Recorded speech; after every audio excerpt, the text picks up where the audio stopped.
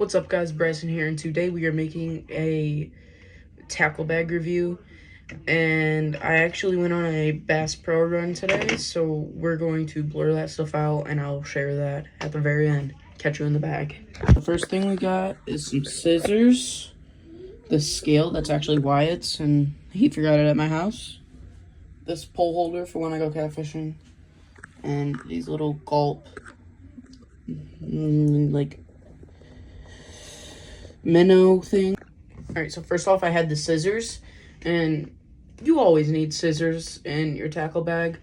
Even though I do have a pocket knife right here that I usually have on me, this is just a backup just in case I don't have my knife. So just in case I need something like that. And next we have the scale. I think everybody knows what a scale does. It weighs the fish. Like I said, this is Wyatt's though. He forgot it at my house. You've probably seen this in multiple of his videos. And then next we got the pole holder. Whenever I go catfishing, I don't like leaving my pole on the ground because lots of my friends' poles have gotten pulled into the water at the campground. So, I like having this so it can't just rip it into the water.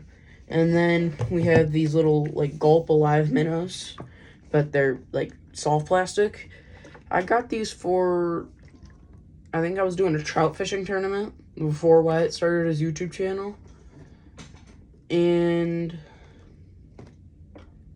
I thought these would work there, but they did not. So we'll get to the first actual box. Whoa, wait. So I did just get these from Bass Pro today. These are mine. I know Wyatt has a pair exactly like them. I kind of copied them because they are amazing for grabbing catfish. But I'm not going to blur these out because I'm just going to blur out the lures because I think everybody would know what this is if it was blurred. Okay, so this first box right here, I keep all of my, like, soft plastics or lures that have hooks in them, and then my hooks and weights. I don't have very many weights right now. I need some more of those, but I just did not have enough money on my gift cards, and I really wanted some lures. So, we'll get right into it, and then we'll explain after. Okay, so first we have this, like, squid thing. I think we have two of them. And then I don't know why this bass hook is right here. Sorry. Then we have these little hooks that were also for like the trout fishing tournament. I do not use them very much anymore. We obviously got the bass hooks. This is just a random hook I found. Don't really know why I have it, but I got this shad that Wyatt gave us right here. That has a hook in it, so we keep it in here. We have one weight left. Oh, nope. Make that two. And then we have this little thing and a nice chatterbait. I'm gonna cut right to the explanation. Okay, so first off, we showed the squids. I used to love these little squid-looking things, but recently they just haven't been hitting the way they used to, so I have not been using those as much. And like I said before, I used these little hooks for when I did that trout fishing tournament. Well, it wasn't really a tournament, it was more like a derby, but it got canceled. It got rained out because it was like really storming, but we still went later that day once it stopped raining and used them. And then bass hooks, come on. Me and Wyatt are bass anglers. We use bass hooks so much if we're not using the lure. And then we got weights.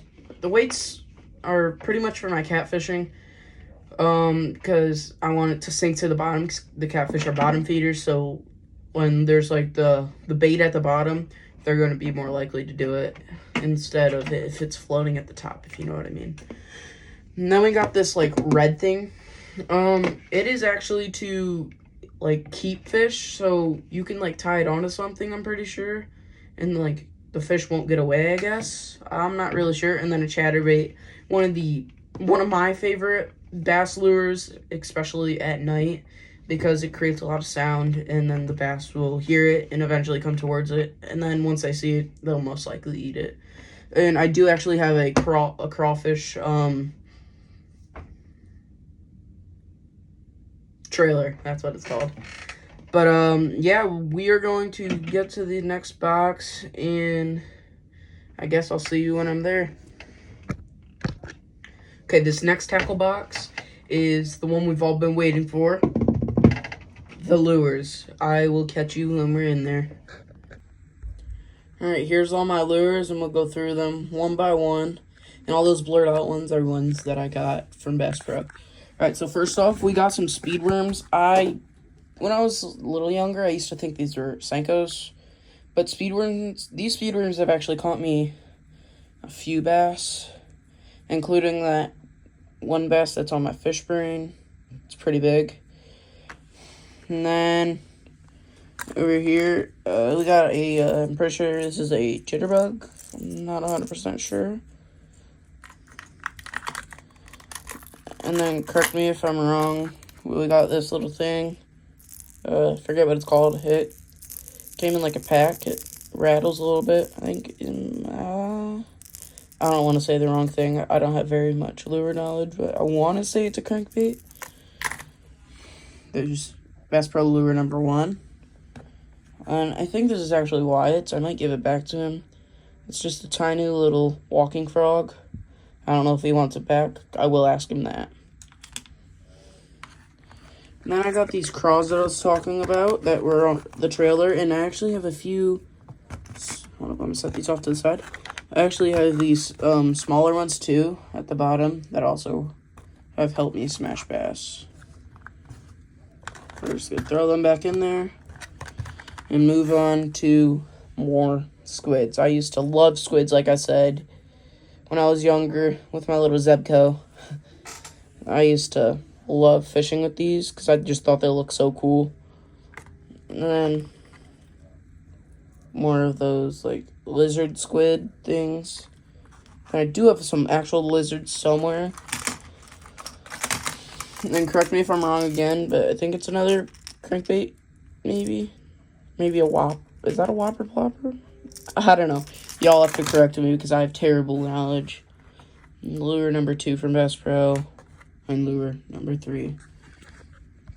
Okay, and now for the 3 mystery lures. Give me a drum roll.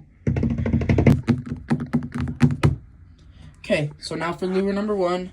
I actually got this nice comeback shad today, and I am planning on doing like a video where I go to Marblehead, Ohio and fish at the lighthouse. And this is like a deep water kind of thing. It said it sinks pretty well, so I'm gonna try to catch some big old bass with this thing. My dad thought this was a freaking shark lure, but he was surprised and he said that no bass would eat this. But all right, and then number 2, we got a bigger popping frog. I think this is a Bass Pro Series one, but this worked pretty well. I had a lime green one that I rescued from a tree and another day, but Wyatt lost it under some lily pads, but I don't really care because it wasn't mine to begin with. But this actually caught me a bass, but it was lime green, so I wonder how the like midnight green will do. And then we got a sunfish walking frog. I think Wyatt had one of these, and it actually caught me a fish, so I tried to replicate it the best I could, and this is the one that I found. Yeah. Alright, so pretty soon I am going to be making a remix of a mix between what Wyatt says, tight lines and keep casting, but I'm going to make a remix of it with